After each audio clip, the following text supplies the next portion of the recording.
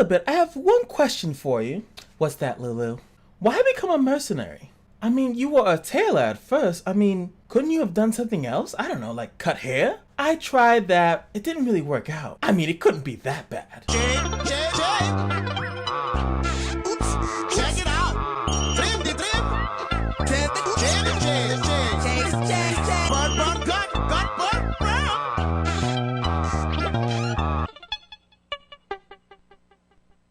Hey!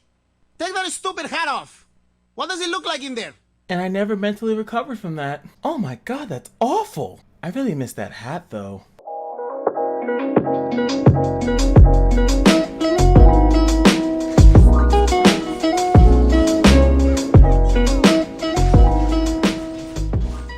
What is going on, guys? It is your boy Cash, and today is the lovely day that we are going to decide to go over Lilibet. And for once and different in my guide videos, I'm going to go over the skills because the skills then the base stats make a lot more sense in my opinion. So let's go over the skills. First of all, the S1 is Slice.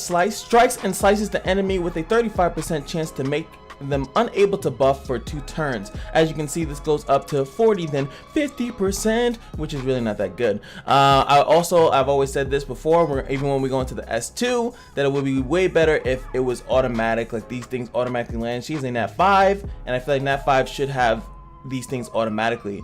I was slaughtering this guy, do not worry about it. So as you can see, you get hit, unable to buff. She does not have a strip, and that is going to go into more of the base stats. The base stats is going to be the biggest aspect of this guide, really, to be completely honest with you. Next up is going to be, oh wait, let me show it.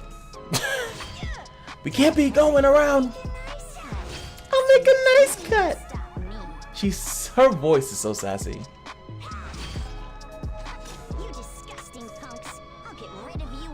That line is too long. Alright, snip, brutally cuts the enemy with a 35% chance each to inflict 4 bleeding effects for 2 turns. Deal additional damage when the target isn't buffed. Obviously, they're hoping that you S1, then S2, and then S3, which is just too long.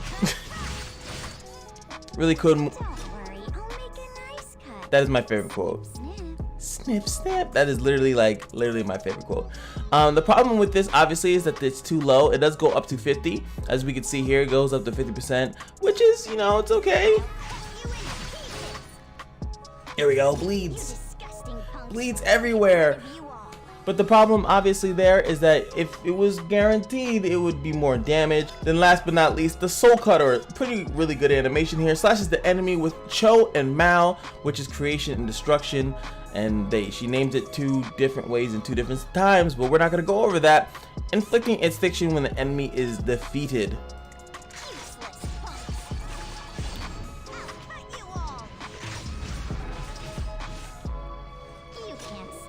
She can't even kill a bag. This chick is useless. Let me obviously you can't kill it, but it's really cool when you do get a kill with this move. It has like a little red, like a red flower kind of thing that petals, or instead of like the normal death animation. It's pretty cool. If I can find a clip of it or something like that, I'm gonna add that in. This thing is nice. It also has a 10 soul burn. It would actually be a lot better if it had the 20 soul burn, because then it would really be have a high damage. I don't know if you guys know, soul burns of 10 are not as good as a soul burns of 20. I don't know if that was a magical math for you. As you can see here, all DPS except the one thing to lower the turn, which almost wouldn't even care about that because, you know, you'd rather just have more damage on it, to be honest. Now as far as leveling up, as you can see, this one is just a little bit of damage, and then these both go up to 50%, the S1 and the S2.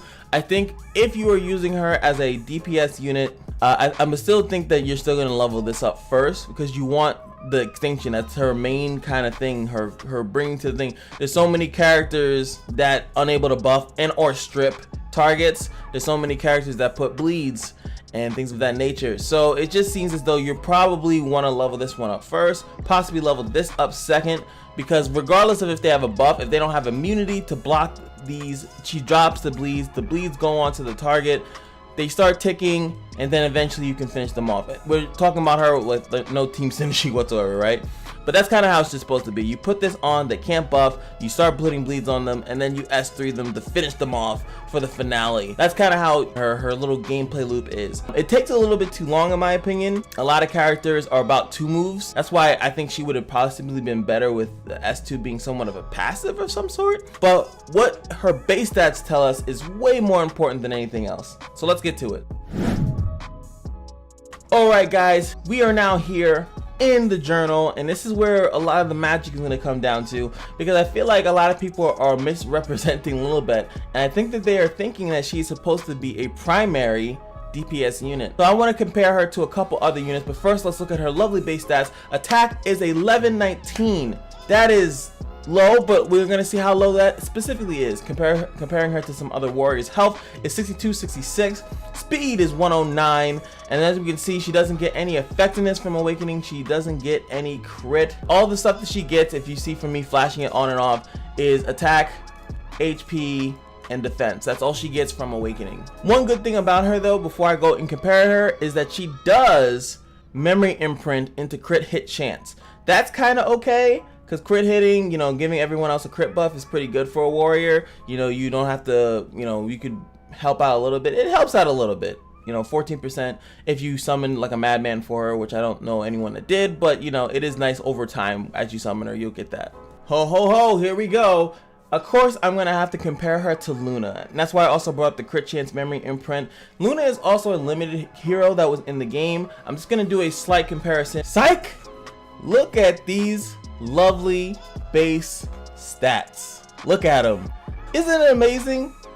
If you don't actually take the time to compare stats, you really don't get the real justification, or the real thing here is that she pretty much has the same base stats. Actually, they're almost identical. Actually, they are. Lilibet has the same base stats as Luna. They're 100% identical. Attack 1119, HP 6266, speed 109, defense 627. They are exactly the same. They're actually the same character.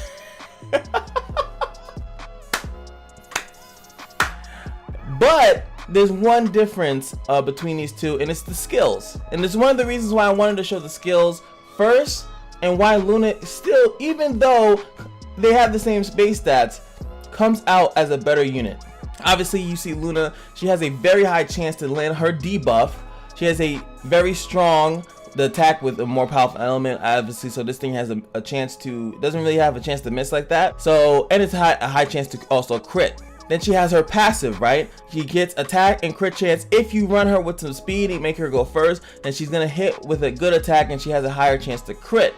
Then her S1 following up her own little damage is going to, you know, actually help her get her S3 back, because technically Luna is not built to kill off her S3. She is not. It is not meant to do that. I can even show you guys who has the stronger S3 in Lilibet comparison. I'm using the lovely Google spreadsheet where they have Luna's abilities, and I show Lilibet's here. You guys are gonna see it on the screen.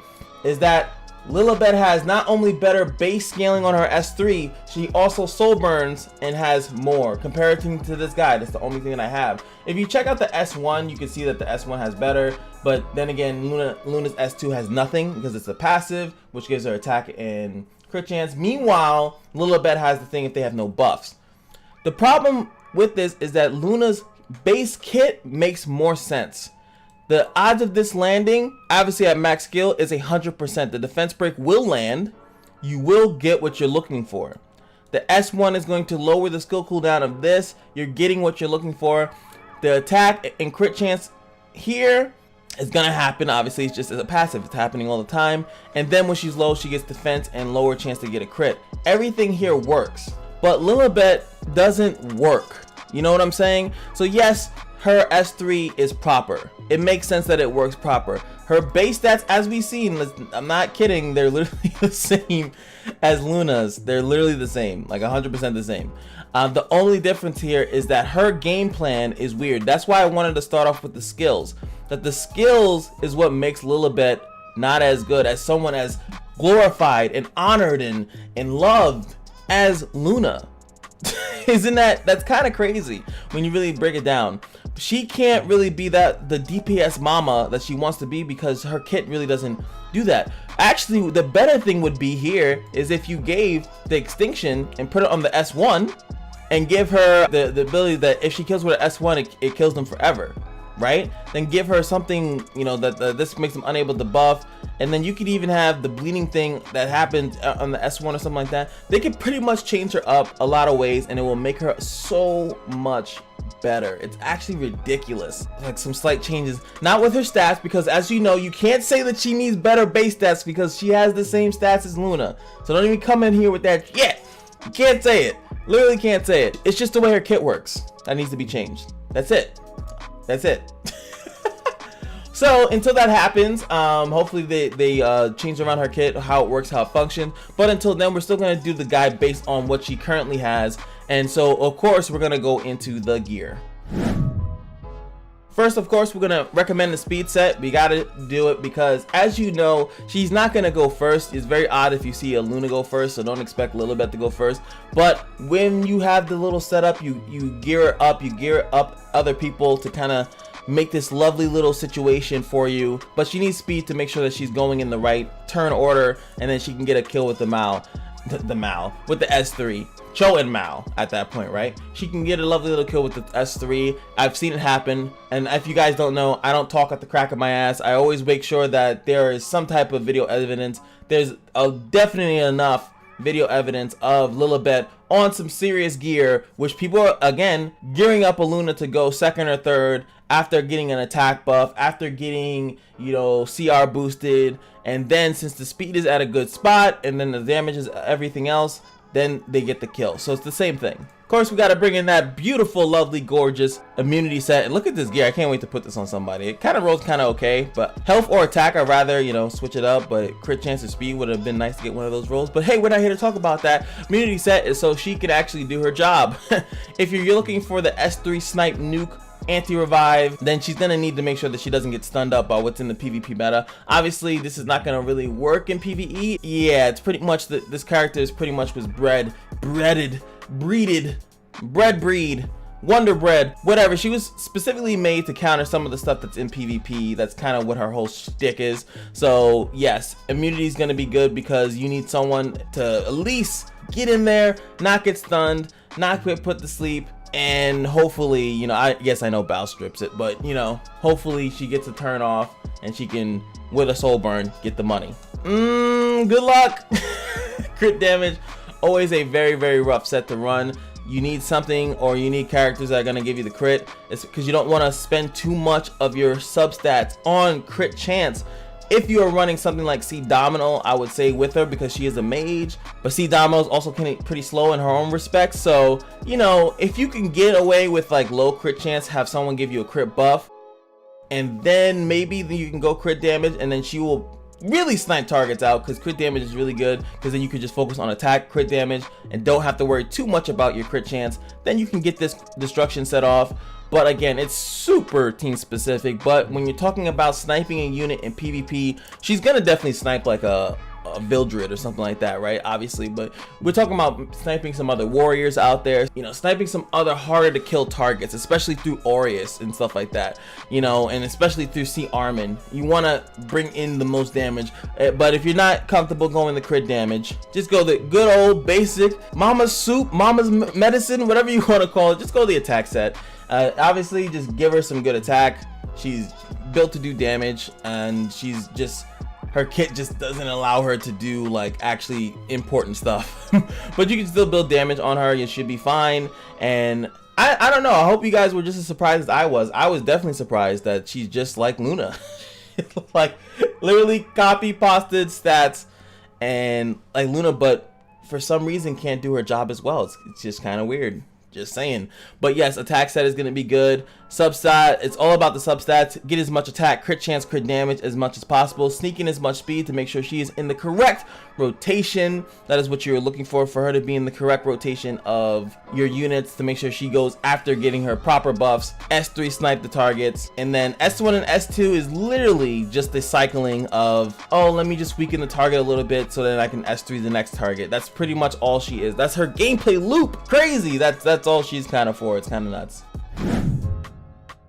Here we are, my favorite part. If you guys don't know, I love going over the artifacts. The artifacts are what can make a character like this with a slightly underwhelming kit, but make them just a little bit better. So let's go over the warrior artifacts and see what we can find. So we have the Sugurut Scythe, obviously pretty good, especially if we're talking PvP, where she might take a little bit of damage out there in the front. She might not, she might not get the first or second turn. She takes a little bit of damage, but you guys done messed up. Now her health is too low. Now she gets a free attack boost. Now she's absorbing the damage, and she's gonna heal right back up after sniping one of your units potentially. Really good in my opinion if you have it, especially if you have it up to that it heals half the damage that she does.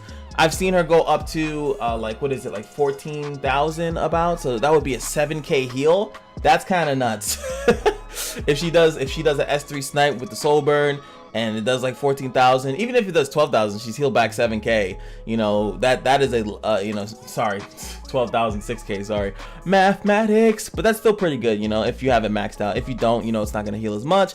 But the most important part is the lower health at 50%, then she gets this lovely attack boost, which is going to help her with the snipe. Oh yeah, the damage. Just even her sister, I'm just going to consider Luna her sister at this point. So obviously, as you guys know, it is a additional instance of damage, but I will be honest, I do not know, and if someone out there can test this for me, I did not see any information about this. Maybe I didn't search hard enough. I actually can be honest here, I did not search for this until I ran across this, and I'm thinking now, does Uber's Tooth still proc extinction?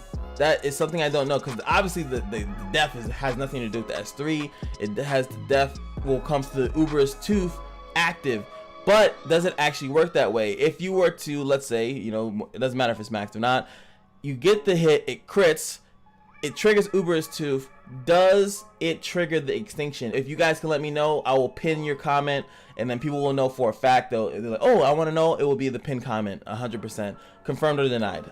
So if you guys can, whoever can tell me that, I will pin your comment. But let's talk about if it doesn't, it's still a lot of damage. Obviously, like I said, your S2 and your S1 will crit, and then it will do additional damage setting up for the S3. And if it doesn't, if it doesn't, the S3 nuke into additional damage from the Uber's Tooth will at least kill the target. Yes, they can still be revived, but now the healer or whoever still has to waste a turn doing so. So it's not the worst thing in the world, but of course, if it does work, then it's really good, especially against an Arbiter Vildred, because then you can just safely, as long as your crit chance is high enough, then you can safely just S3 him, and then the Uber's Tooth will guarantee pretty much kill the guy. Still pretty good, and I think one of the better artifacts that you can put on her, regardless of the situation. Of course, now we have Creation and Destruction, her premier banner artifact. Obviously, you use the S2 and the S3, they don't go on cooldown, which the S3 would be the more primal, like what you want. But we've already discussed this, is that this is not her artifact. This is Samia's artifact, okay? This is definitely not hers. It's cute on her, but I think, like I said, Uber's Tooth is a 10 times better option for her. You're talking about a character that is going to be like nuking and things of that nature. Yes, Samia can nuke just as well, and you could use the same argument, maybe she should have that, but this would be so much better for Samia. For Lilibet, it's more of a cheeky thing. It's like, ha, I can S3 again.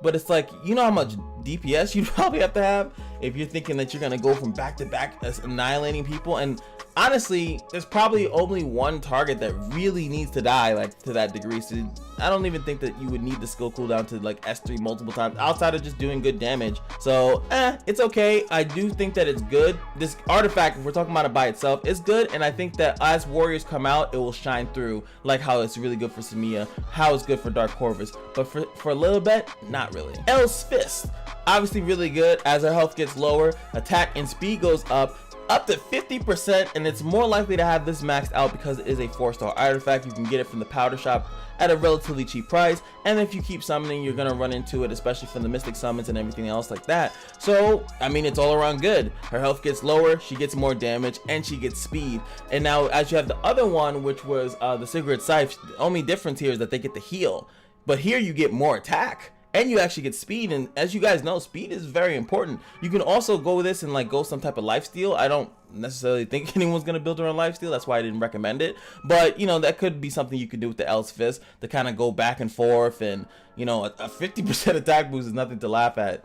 So I think L's Fist is pretty good, especially if you don't have all these glamorous 5-star artifacts. Hellcutter, funny enough that you don't see Hellcutter used that often. I think as people get better gear, they're gonna opt not to care too much about actually doing this. They're not gonna think too much about using Hellcutter because it's like, well, my stats are actually pretty godlike, so I don't need it. But if you can't get crit chance to as far as you want it to, as you can see, attack, and like I said, it's 4-star, so it's very highly that you might have this maxed out. So 4% every time someone takes a turn, including your allies and the enemies, and they take turns and you start getting attack and crit chance stacking up. Really, really, really good for characters on your team that get free extra turns. Like I mentioned, ZEUZ also, that's really good. That is 8% attack and an 8% crit chance right there, as she's just using her S3. You know, she's just taking extra turns, and any other character that does a similar mechanic on your squad would be really good with the Hellcutter. And then you remember, you also take in the enemy's turn, so it's really, really good, especially if you just want a nice cheeky big fat crit, eliminate a target, and start stacking up again, then your next hit, your S2, boom, it hits hard again. You know, they don't have any buffs, so it has a lot of attack, it has a lot of crit, boom. You know, like it's really good. I feel like it's underestimated on how good this one is. Like I said, especially if you have allies that take free additional turns. Asaria would be another good one, right? You have her take an extra turn, give Lilibet her ult back and you know, do some extra stuff like that, give you the defense break, and then targets is dying out here. I'm just saying. Portrait of Sabers, you always have to mention that on either a cleave unit or a snipe unit. It's really good because the more health, when they have 50% more health, increased damage dealt by 20%. If you don't, if you don't have this, it is unfortunate. It was during the time of the collaboration event with Guilty Gear, so if you have it, awesome. It's really good if you're trying to snipe a unit. If you don't, you can use the 3-star version. Exorcist Tonfas is just a slightly less. It's 20% is the portrait. This one's 16. The Aging Joker, also one of the better ones. The 3-star, just giving you overall good DPS depending on how much HP the opponent has. Good for these tanky comps if you're thinking PvP, but also great for PvE, obviously. So what did you think about the good old Lilibet? Did I convince you? Did I show you the magical way? I am actually, like I said, very surprised that her base stats are the same as Luna's. When I was doing research about it, I found that very intriguing, that as many people were saying that she's very underwhelming. As far as her stats go, she actually could be that same thing, but like I said, Luna is a different beast, right? She's just a different beast. Her kit allows her to be a primary DPS, but Lilibet's kit does not. Her kit does not allow her to be a primary DPS. Her kit allows her to slowly kill someone. Only if the situation arises can she then S3 and then, take out a character, because there's no setup there. Luna's kill is from her S1. You S3 with Luna, then you S1 with Luna, and that is pretty much a kill. If the S3 kills, fantastic. But Lilibet is meant to get a kill with her S3 with almost nothing, and it just seems a little weird. If you guys understand what I'm trying to say, like, it just seems a little weird that they did that to her. I think that they can rearrange her skit. I think that, like I said, make her just like Luna.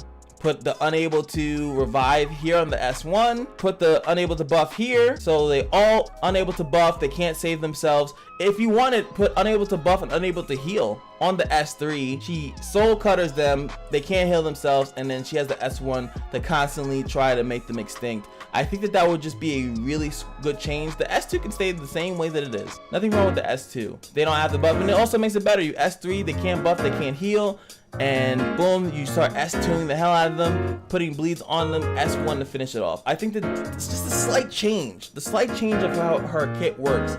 She doesn't need to do much, would make her a tremendously better character. And you guys let me know what you guys think in the comment section below. And remember, every day at the casino is your lucky day. And I will see you guys in the next video. Peace.